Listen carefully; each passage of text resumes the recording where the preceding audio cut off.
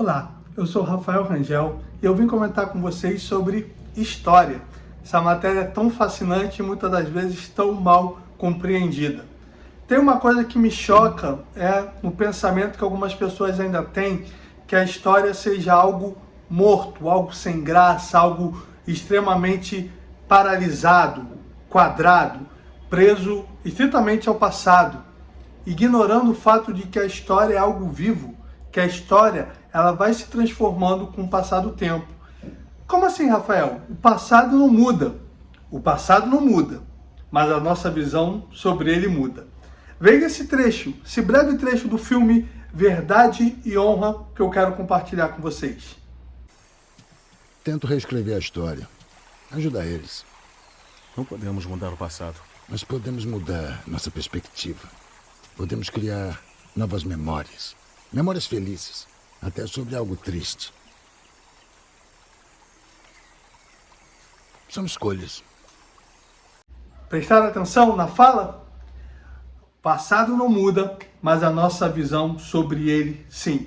Você sabia que a história vem constantemente rediscutindo alguns pensamentos e alguns conceitos sobre o passado? Você sabia que não se trabalha mais, por exemplo, com o conceito de a Idade Média ter sido a Idade das Trevas? Esse conceito está praticamente extinto entre os historiadores. Como a história é algo que pode ser debatido, pode ser questionado, ainda há aqueles que vão trabalhar assim, mas há quase um consenso de que o termo Idade das Trevas não se aplica mais. Por quê?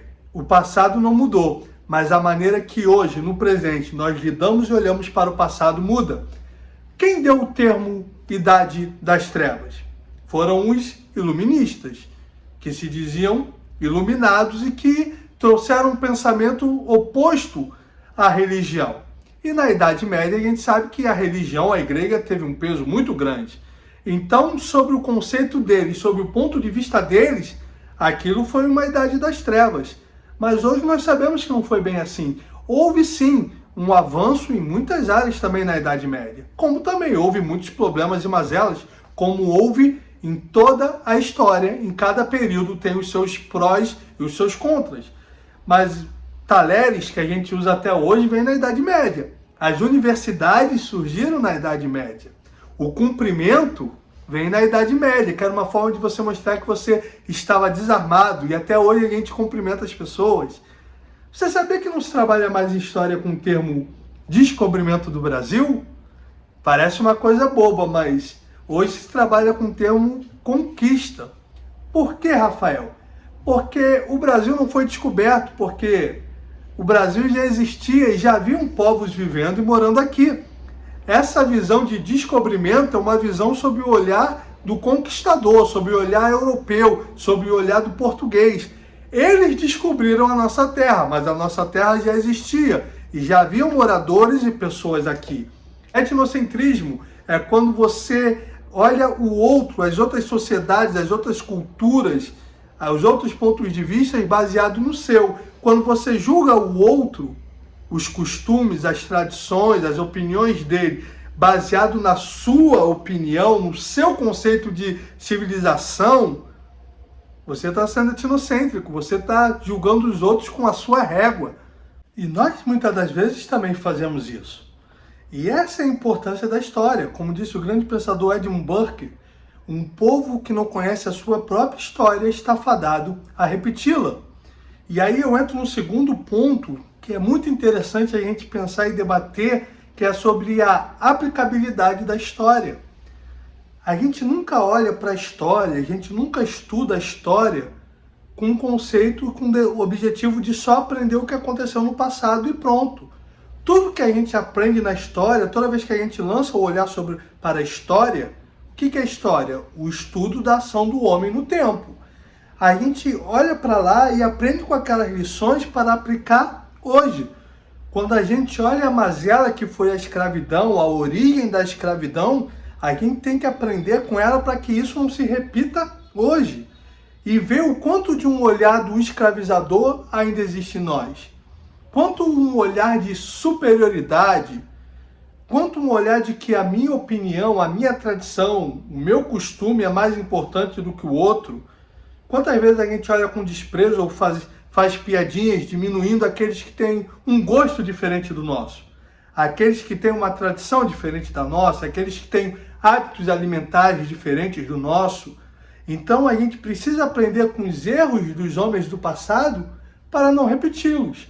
A história muitas das vezes ela é um ciclo vicioso porque as pessoas insistem em não aprender. E toda vez que você tem a mesma atitude, você colhe os mesmos resultados.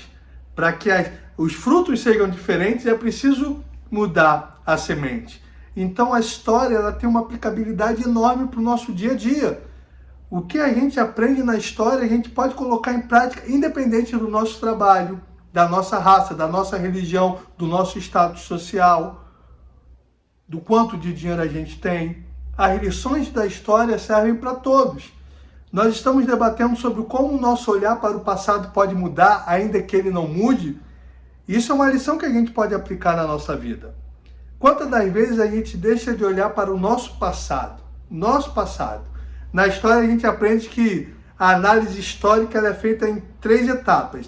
A curto prazo, a médio prazo e a longo prazo. Você pode analisar uma situação a curto prazo. E quando você vai analisá-la a médio prazo ou a longo prazo, a sua análise muda completamente. Quer ver um exemplo disso prático no nosso dia a dia? Você está desempregado e você consegue um emprego. Você fica feliz. Você começou a trabalhar. Suponhamos que você começa a trabalhar e você começa a ter problemas na empresa. O chefe é chato, pega no teu pé, o horário é ruim, o salário é baixo ou atrasa.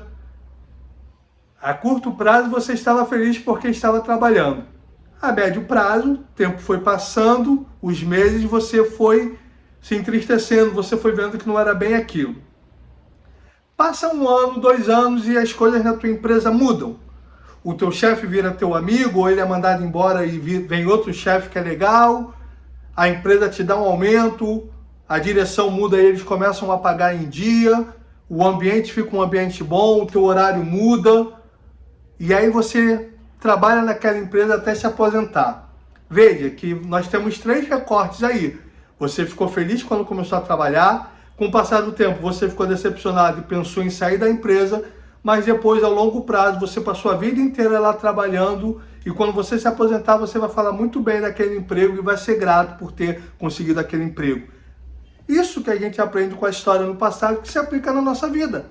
Às vezes nós temos conceitos e opiniões sobre certas pessoas que com o passar do tempo a gente pode mudar.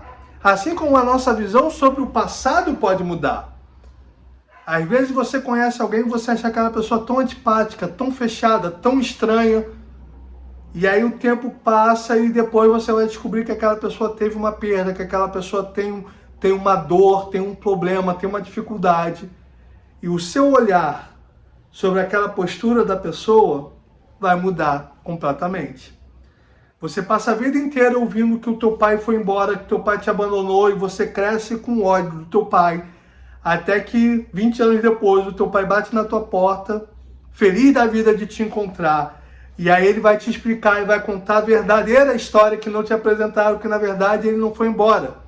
Sumiram com você e não deram mais notícias, e ele passou a vida inteira te procurando até que ele te achou. Veja que o teu olhar sobre o passado vai mudar, embora o passado não tenha mudado. Você não teve um pai presente lá atrás, mas o motivo que você não teve ele presente na sua vida, você achava que era um, mas na verdade era outro. Por isso, é natural que com o passar do tempo a gente mude o conceito sobre algumas coisas do nosso passado, sobre o conceito de algumas pessoas que fizeram parte da nossa vida. Isso é sinal de amadurecimento e é sinal de que a gente fez uma releitura do passado, embora o passado não tenha mudado, nós mudamos e o nosso olhar mudou. E é por isso que a história é viva, é por isso que a história é fascinante e por isso que o papel do historiador é tão importante. Porque a gente sempre vai olhar para o passado com o olhar do presente, para responder às dúvidas e às questões do presente. Por isso que a gente vai sempre estudar a história. E algumas questões lá de trás podem mudar a perspectiva lá na frente. Por isso, ame história, ame conhecer a história da sua vida, da sua família, do local onde você trabalha. Isso muitas das vezes abre portas e nos ajuda a entender tantas coisas. Procurar conhecer a história das pessoas. Alguém que conhece a história não vai repetir os mesmos erros. Já viu quando você está passando por uma situação na sua vida e chega a tua mãe e fala: eu já conheço o fim dessa história. É porque pessoas mais vividas já sabem que a história muitas das vezes se repete. Que a história é um círculo e a gente precisa aprender com ele para não cair nas mesmas armadilhas de sempre. Eu espero que esse bate-papo tenha sido bom para você e que te faça refletir, questionar. Esse é o papel da história, do historiador. Questionar, refletir. Será que os nossos conceitos, as nossas opiniões, os nossos achismos estão embasados? Por que eu penso assim? Por que eu tenho esse olhar sobre determinado fato que aconteceu na minha vida? Por que eu tenho um olhar, uma interpretação sobre determinada pessoa? Que a gente olhe para o passado, porque a gente vai aprender que ele está mais presente nas nossas vidas do que a gente imagina.